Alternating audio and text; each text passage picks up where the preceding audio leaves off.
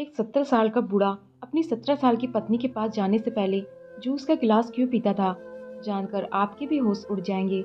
मेरा नाम आरवी है। मैं अपने माता पिता के 7 औलादों में से एक औलाद थी। मेरे पापा ने बच्चे पैदा करने के अलावा और कोई काम किया ही नहीं था। हमारे घर में इतनी गरीबी थी कि कई कई दिन तक हमें भूखा रहना पड़ता था। यही गरीबी देखते देखते मैं जवान हो गई। मैं तो सोचती थी कि मेरे मम्मी पापा के पास तो मेरी शादी करने के लिए भी पैसा नहीं है।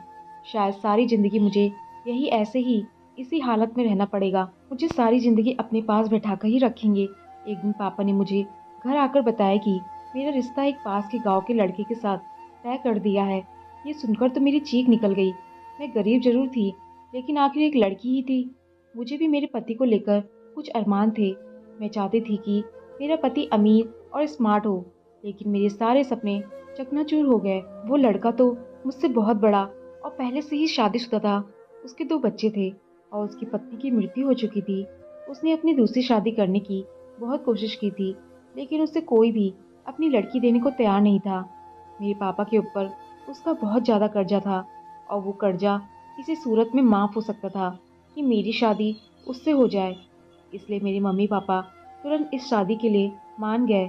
मैं अभी 19 साल की थी और वो 45 साल का था, लेकिन मेरे मम्मी पापा तो ऐसे खुश हो रहे थे जैसे कि किसी शहजादे का रिश्ता मेरे लिए आ गया है। और उन्होंने जबरदस्ती मेरी शादी उस आदमी से करवा दी। उसका नाम मोहन था। वो पैसे वाला तो नहीं था, लेकिन गरीब भी नहीं था। मैं मजबूर थी, मुझे उसी को अपना पति मानना पड़ा। इसके अलावा मेरे पास और कोई दूसरा रास्ता नहीं था। उसके एक लड़के और एक लड़की थी। मैंने जाते ही सोच लिया ताकि वह मेरी सारी बातें माने। मैं यही कोशिश करती रहती थी कि वह अपने बच्चे से कम ही मिले। इस वजह से सुबह को ही जल्दी उसे स्कूल भेज देती थी और रात को उसके आने से पहले उसे सुला दिया करती थी। उसके बच्चे को भी मैंने अपने काबू में कर रखा था। वहाँ मुझसे पूछे बगैर कुछ भी नहीं करते थे। मेरे पति के 2 बच्चे थे। जब मेरी शादी हुई थी तो उसकी छोटी बेटी 4 साल की थी। मैंने ही उसको पाला था और बेटा बड़ा था। अब मैं चाहती थी मैं जल्दी से प्रेग्नेंट हो जाऊं। मुझे जितनी जल्दी अपने माँ बनने की थी, उतनी खुशी मुझे नहीं मिल रही थी। मेरी शादी को 10 साल हो गए थे और इन 10 सालों में मैं उसके बच्चे को पालने में ही लगी रही थी। कुछ टाइम बाद मुझे पता चला मैं बांझ हूँ, माँ नहीं बन सकती हूँ। ये सुनकर मुझे बहुत ज़्यादा अफसोस हुआ और मैं सोचने लगी अब मेरी कोई संतान नहीं होगी। इस घर के मालिक इसके खुद का बेटा ही होगा। ऐसे ही कुछ साल गुजर गए। मेरे पति का बेटा बाहर पढ़ने चला गया। उनकी बेटी भी अब बड़ी हो गई थी। वह भी इंटर कर रही थी। मेरे पति का कहना था कि वह अपनी बेटी को बहुत ज़्यादा पढ़ाकर एक डॉक्टर बनाएंगे। मैं भी उसकी हाँ में हाँ मिलाती रहती, क्योंकि जब से मुझे पता चला कि मैं बांझ हूँ, मैंने उसकी औलाद को ही अपनी औलाद समझना शुरू कर दिया। मगर मुझे नहीं पता था मेरी ज़िंदगी बर्बाद करने में मेरे पति का ही हाथ था। एक दिन वह अपने दोस्त से बात कर रहा था। मैं कमरे में जाने ही वाली थी कि मैंने उसके मुंह से अपना नाम सुना और मैं रुक गई। वह अपने दोस्त से कह रहा था, आरवी अपने घर माता पिता से मिलने गई है। उसने मेरे बच्चों की बहुत अच्छी परवरिश की है। अगर उसकी खुद की संतान हो जाती तो वह सिर्फ अपने बच्चों से ही प्यार करती, मेरे बच्चों की परवरिश नहीं करती, उसको भूल जाती। इसलिए मैं उसको ऐसी दवा देता था कि वह माँ ना बन सके। ये सुनकर तो मेरे पैरों तले जमीन खिसक गई। पूरा का पूरा आसमान मेरे ऊपर गिर गया था। मैंने थोड़ा सा दरवाजा खोलकर अंदर देखा तो मेरा पति हंस हंसकर अपने दोस्त से बात कर रहा था। मैं सोच भी नहीं सकती थी कि मेरे पति ने मुझसे इतनी बड़ी खुशी छीन ली थी। मैं धोखा बर्दाश्त नहीं कर सकती थी।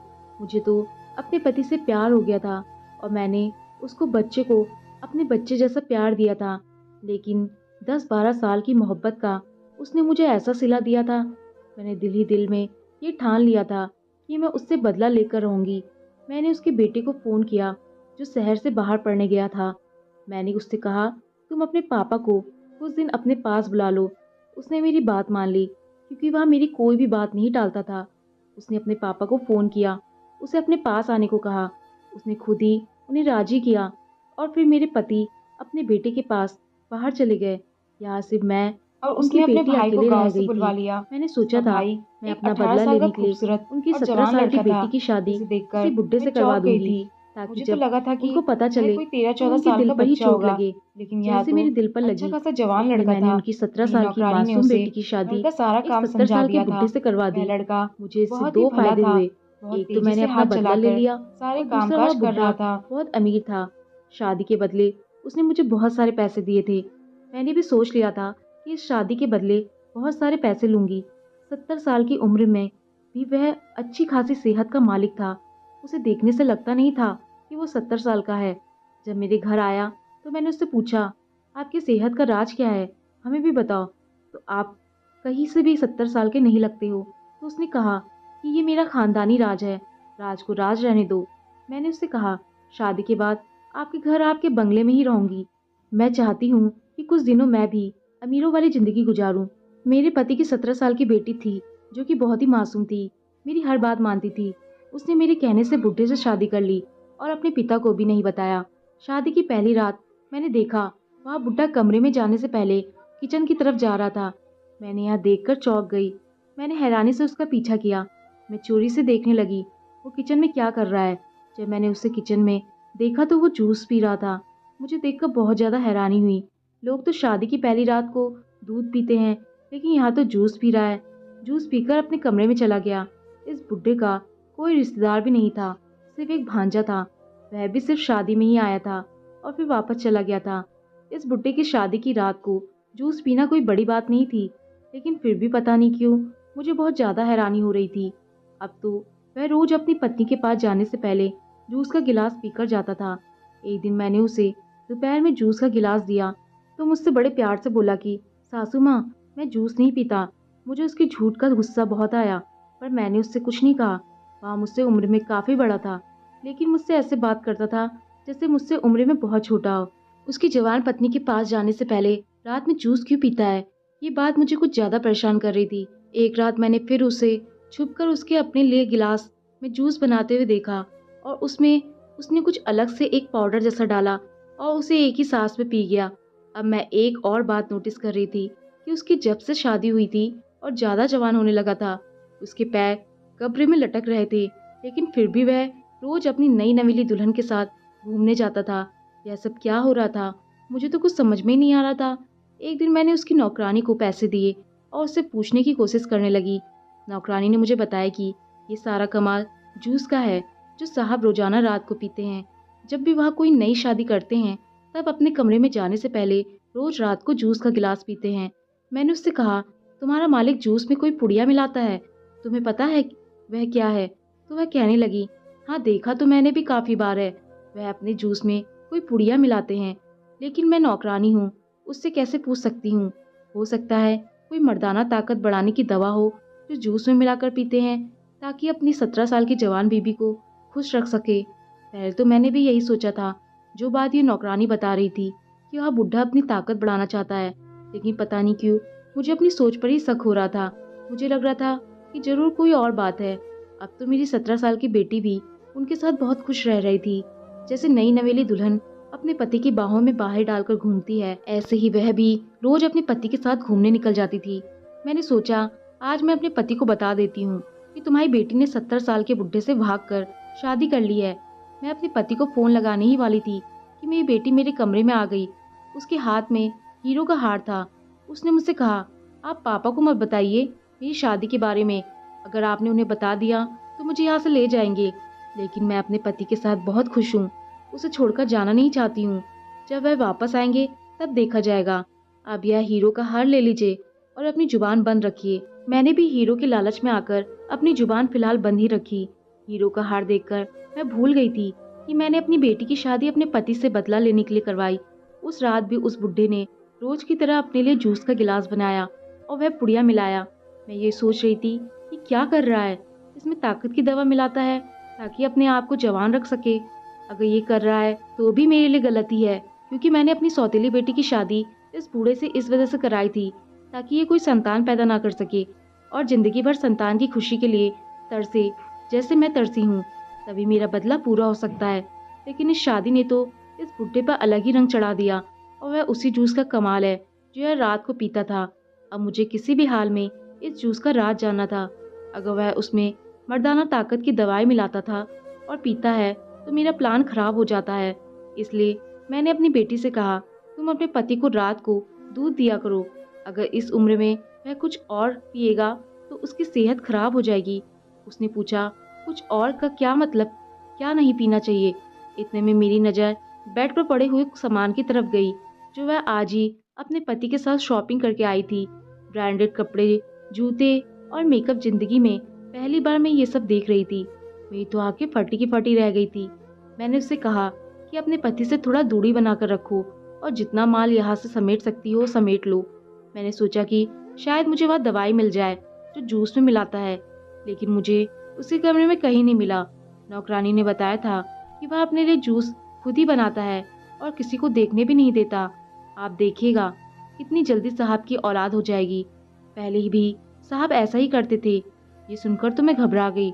मैं नहीं चाहती थी कि मेरी बेटी की कोई औलाद पैदा करे, इसलिए तो मैंने उसकी शादी 70 साल के बुढ़े से करवाई थी ताकि उसका पति औलाद ही पैदा ना कर सकता। लेकिन यहाँ तो सब कुछ उल्टा हो रहा था। ये तो खुद औलाद पैदा करने के चक्कर में था। मैंने सोचा खुद ही इसका राज का पता करूंगी।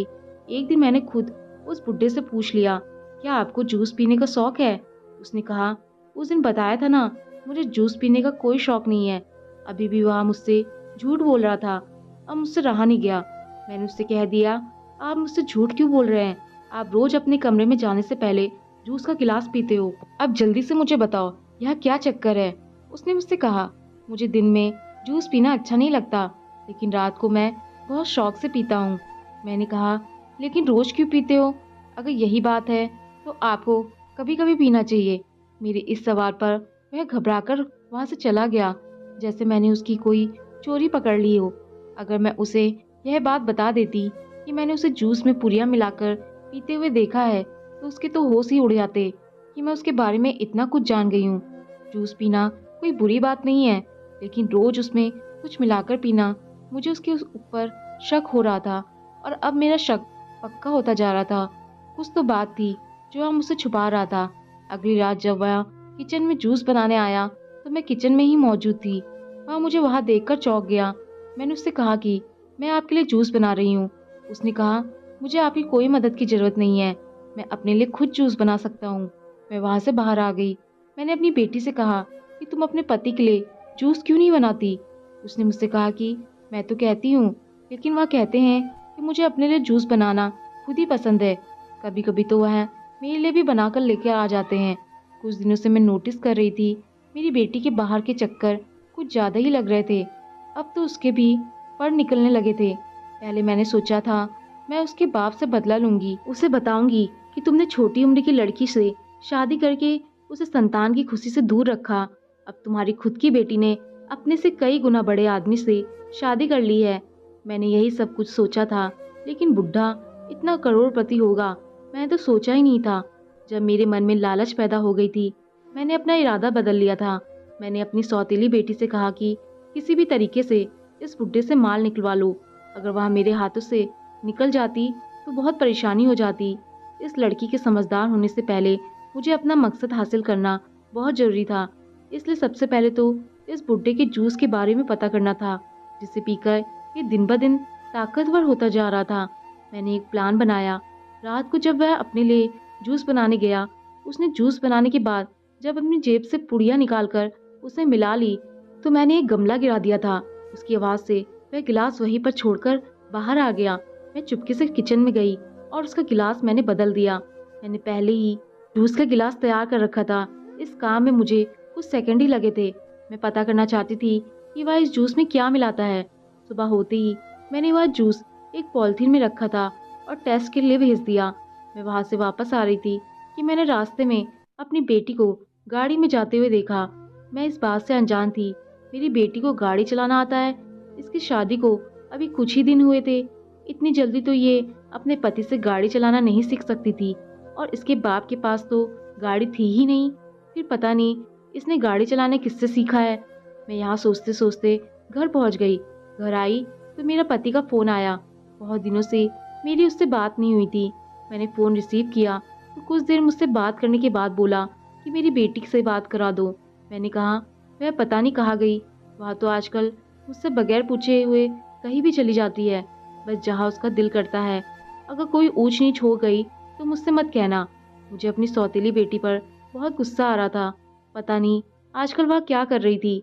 हर समय अपने आप में ही मग्न रहती थी और बाहर के चक्कर लगाती रहती थी। मैंने उसके पति से पूछा, पत्नी कहाँ है? उसने कहा, ड्राइवर के साथ शॉपिंग करने गई है। अब इस उम्र में मैं तो उसके साथ घंटों तक बाजार में नहीं घूम सकता। मेरी तो हिम्मत जवाब दे जाती है। इसलिए मैंने उसे ड्राइवर के साथ भेज दिया है। मुझे अब अपनी बेटी पर शक होने लगा था। वह कुछ तो ऐसा कर रही थी जिसके बारे में मुझे पता नहीं था। कुछ तो था जो वह मुझसे छुपा रही थी। अब तो वह मुझसे कटी-कटी रहती थी। फ़ोन पर भी घंटों-घंटों बातें किया करती थी। जब मैं उससे पूछती, किससे इतनी बातें करती हो? तो मुझसे कहती कि मैं अपने दोस्त से बात कर रही हूँ। उसका पति भी उससे कुछ नहीं कहता था। मैंने सोचा, मुझे इस जूस की सच्चाई का पता नहीं चल जाता, मैं उसे यहाँ जूस नहीं पीने दे सकती थी। इसलिए मैंने अगले दिन भी उसका जूस का गिलास बदल दिया। 2 दिन बाद रिपोर्ट्स के लिए फ़ोन आया। मैं रिपोर्ट्स के लिए गई। मैंने उससे पूछा कि रिपोर्ट्स में क्या है? उसने जो मुझे बताया, वह सुनकर तो मेरे सर पर जैसे आसमान ही टूट पड़ा था। ऐसा लग रहा था जैसे किसी ने मेरे पैरों तले से ज़मीन खींच ली हो। मुझे अपने कानों पर यकीन नहीं आ रहा था। मैं घर गई और मैंने उस बुड्ढे को वह रिपोर्ट दिखाई। उससे कहा, ये उसका रिजल्ट है जो आप रोज जूस पीते हो। मुझे कुछ समझ नहीं आ रहा था, आप ऐसा क्यों करते हो? वह भी खुद अपनी मर्जी से। पुड़िया में जहर रहता है जो आप जूस में मिलाकर पीते हो। डॉक्टर ने यह भी बताया था कि उस जूस में ताकत की दवाई मिली होती है, लेकिन उसके साथ साथ थोड़ा बहुत जहर भी होता है। मुझे यह बात बहुत अजीब लग रही थी। कौन आदमी खुद अपनी मर्जी से जहर ले सकता है? फिर मेरे दिमाग में ख्याल आया कि कहीं उसकी पत्नी तो इसे जहर नहीं दे रही, क्योंकि आजकल उसके तेवर भी कुछ ठीक नहीं लग रहे थे। ये बात मैंने उस बुड्ढे से पूछी, ये पुड़िया आपको आपकी बीबी देती है जिससे आप जूस में मिलाकर पीते हो? क्या आपकी बीबी आपको जान से मारना चाहती है ताकि आपकी सारी दौलत उसके नाम हो जाए? पर मेरे दिमाग में तो यही बात आ रही थी, क्योंकि इस बुड्ढे की कोई औलाद तो थी नहीं, कोई इसके पीछे आगे पीछे था नहीं। इसके मरने के बाद इसकी सारी दौलत मेरी सौतेली बेटी की हो जाती। मेरी बात सुनकर बुड्ढा हंसते हुए कहने लगा, मेरी भोली भाली मासूम कम उम्र की बीबी को तो मैंने इसके बारे में कुछ भी नहीं बताया। यह जहर तो मैं खुद ही अपनी मर्जी से ले रहा हूँ। मुझे मालूम है कि मैं क्या कर रहा हूँ। उसकी यह बात सुनकर तो मेरे होशो हवास उड़ गए कि वह खुद अपने हाथों से अपनी जान क्यों लेना चाहता है। कोई पागल आदमी ऐसा कर सकता है। अक्लमंद इंसान के बारे में तो ऐसा सोचा भी नहीं जा सकता। मैंने उससे पूछा कि आप ऐसा क्यों कर रहे हो? उसने कहा, जब आपने इतना कुछ पता लगा लिया है तो इस बात का भी खुद पता लगा लो। यहाँ से जाओ, क्योंकि अगर देर हो गई तो आप कुछ नहीं जान पाओगी। उसकी बातें सुनकर मैं उसके कमरे से बाहर आ गई। मुझे उसकी बातें बहुत बेतुकी और अजीब लग रही थी। कितनी मुश्किल से तो मैंने इस जूस का राज का पता किया था। अब भला मैं यहाँ कैसे पता कर सकती थी कि बुड्ढा ये सब क्यों कर रहा है? मुझे तो यह बुड्ढा पागल लग रहा था। मैंने सोचा, कहीं इसने मेरे खाने में तो कुछ नहीं मिला दिया। इसलिए अगले ही दिन मैं भी डॉक्टर के पास चेकअप करवाने गई। जहाँ मैं चेकअप करवाने गई थी, वहाँ मैंने अपनी सौतेली बेटी को देखा। इससे पहले मैं उसके पास जाती तो वहाँ से गायब हो गई थी। मुझे लगा शायद मेरी नज़रों का धोखा होगा। मेरी बेटी आखिर यहाँ क्या करेगी? डॉक्टर ने चेकअप कर मुझे बताया कि मैं बिल्कुल ठीक हूँ। मैंने भगवान का शुक्रिया अदा किया। वैसे भी अभी मेरी कोई मरने की उम्र नहीं थी। मुझे तो अब अपने किए पर बहुत पछतावा हो रहा था। अपने पति से बदला लेने के चक्कर में मैंने उसकी बेटी को तो फंसाया था, साथ में खुद भी मुसीबत में फंस चुकी थी। रास्ते में मैंने फिर से अपनी सौतेली बेटी को देखा। मैंने जल्दी से ऑटो रोका और ऑटो वाले से कहा, इस गाड़ी का पीछा करो। मैं देखना चाहती थी मेरी बेटी आखिर कहाँ जा रही थी। मैंने उसका पीछा किया तो मुझे पता चला वह उसी हॉस्पिटल में जा रही है जहाँ से मैं अपना चेकअप करा कर आई थी। मैं समझ गई थी अभी कुछ देर पहले मैंने जिसे देखा था वहाँ मेरी आंखों का धोखा नहीं था, बल्कि मेरी बेटी थी। हॉस्पिटल में क्या करने गई थी? कहीं उसे भी अपने पति की सच्चाई तो पता नहीं चल गई? वह गाड़ी से नीचे उतरी। उसके साथ में एक लड़का भी उतरा। पहले तो मैं उस लड़के को पहचान नहीं पाया, लेकिन जब मैंने गौर से देखा तो मैं उसे देखकर हैरत में पड़ गई, क्योंकि वह लड़का कोई और नहीं, उसके पति का भांजा था। अब मुझे सब कुछ समझ में आ गया था। ये दोनों एक दूसरे को पसंद करते हैं और ये इस बात उस बुड्ढे को पता चल गई होगी, इसलिए उसने यह सब किया। मैं उन दोनों का पीछा किया, छुपकर उनकी बातें सुनी। वह लड़का मेरी बेटी से कह रहा था, तुम फिक्र मत करो, तुम्हें मैं कुछ नहीं होने दूंगा। थोड़ी देर बाद वो वहाँ डॉक्टर के केबिन में चेकअप कराकर बाहर आई। मुझे देखकर मेरी बेटी के होश उड़ गए। उसके चेहरे का रंग उड़ गया। उसने मुझसे कहा, माँ, आप यहाँ? मैंने उससे पूछा कि तुम्हें क्या हुआ है? तुम हॉस्पिटल क्यों आई हो? उसने मुझे बताया कि मुझे खतरनाक बीमारी हो गई है। पता नहीं कहाँ से मेरे अंदर थोड़ा-थोड़ा ज़हर जा रहा है। मुझे समझ में नहीं आ रहा है कि मेरे अंदर यह ज़हर कैसे आ रहा है। मैंने कहा, तुम्हारे पति की वजह से उसे पता चल गया है कि तुम उसे धोखा दे रही हो, उसके भांजे के साथ हो, वही जो खुद भी पीता है और तुम्हें भी देता है। यह सब सुनकर दंग हो गई। उसे समझ में नहीं आ रहा था उसके पति को यह सब कैसे पता चला। वह रोने लगी और रोते-रोते मुझसे कहने लगी, यह सब कुछ आपकी वजह से हुआ है। मैंने आंखें खोलकर आपको ही देखा था, हमेशा आपको ही अपनी माँ माना था। मेरे बाप ने आपको औलाद का सुख नहीं दिया था, इसका बदला आपने मुझसे ले लिया। आपने अपना बदला लेने के लिए मेरी शादी 70 साल के बुढ़े से करा दी, जो रोज मर्दाना ताकत की दवाई खाकर अपने आप को जवान रखने की कोशिश करता था। मैंने आप ही की खातिर उससे शादी कर ली और आपसे कुछ नहीं कहा। लेकिन मैं एक 15 साल की लड़की थी, मेरी भी कुछ अरमान थे और मैं अपने पति के भांजे से एक दो बार मिली थी और वह मुझे अच्छा लगने लगा। मेरे दिल के सोए हुए अरमान जाग गए, ये भी मुझे पसंद करने लगा। हम दोनों एक दूसरे से मिलने लगे। मुझे नहीं पता था कि मेरे पति को इन बातों के बारे में पता चल जाएगा।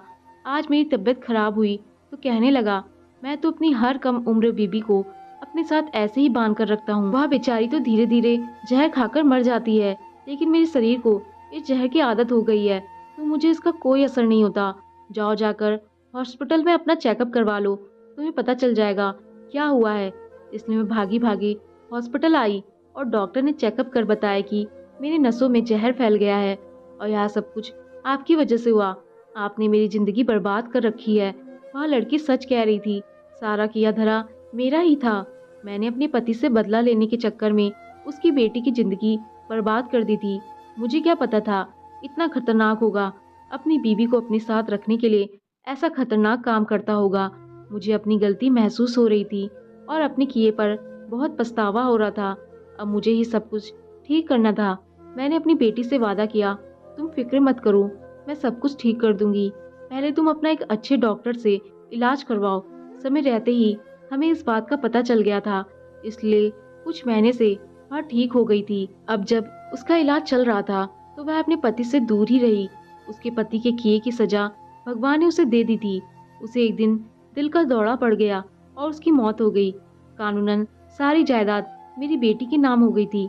कुछ दिनों बाद मैंने अपनी बेटी की शादी उसके पसंद के लड़के के साथ करवा दी।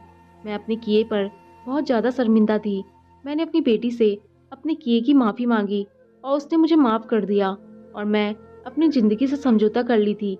शायद यही मेरी किस्मत थी। दोस्तों, आपको कहानी पसंद आई हो तो लाइक, शेयर और कमेंट जरूर करें और चैनल पर नए आए हैं तो चैनल को सब्सक्राइब करना ना भूलें। धन्यवाद।